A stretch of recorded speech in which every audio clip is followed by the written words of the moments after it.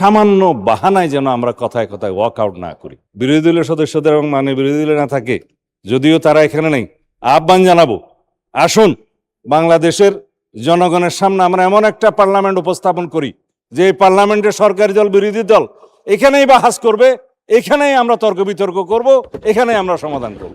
আমরা আহ্বান জানাবো মাননীয় বিরোধী দলের নেতা এবং সকল বিরোধী দলের সদস্যদের, এই সংসদকে আমরা জীবন্ত রাখি, ভাইব্রেন্ট করি, সমস্ত আলাপ আলোচনা এখানেই করি, এবং সামান্য বাহানায় যেন আমরা কথায় কথায় ওয়াক আউট না করি।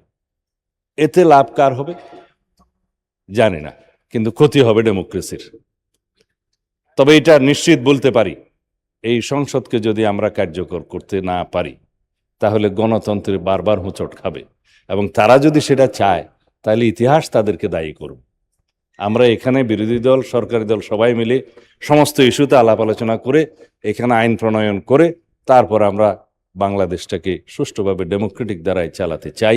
এটাই ছিল জুলাইয়ের অভ্যুত্থানের আমাদের প্রত্যাশা, আমাদের শহীদের প্রত্যাশা। মাননীয় স্পিকার, আমি আর বিশেষ কিছু বলবো না। আজকে আইন প্রণয়ন পদ্ধতির মধ্যে উত্থাপন আছে বিলগুলো, সময় অনেক হয়ে গিয়েছে। আমার মনে হয় আমরা আইন প্রণয়ন কার্যাবলীর জন্য এগিয়ে যাই। ধন্যবাদ মাননীয় স্পিকার। আমি এর আগে শেষ করার আগে, তারা এখানে নেই, আহ্বান জানাবো, আসুন বাংলাদেশের জনগণের সামনে আমরা এমন একটা পার্লামেন্ট উপস্থাপন করি যে পার্লামেন্টের সরকারি দল বিরোধী দল এখানেই বাহাস করবে, এখানেই আমরা তর্ক বিতর্ক করব, এখানেই আমরা সমাধান করব।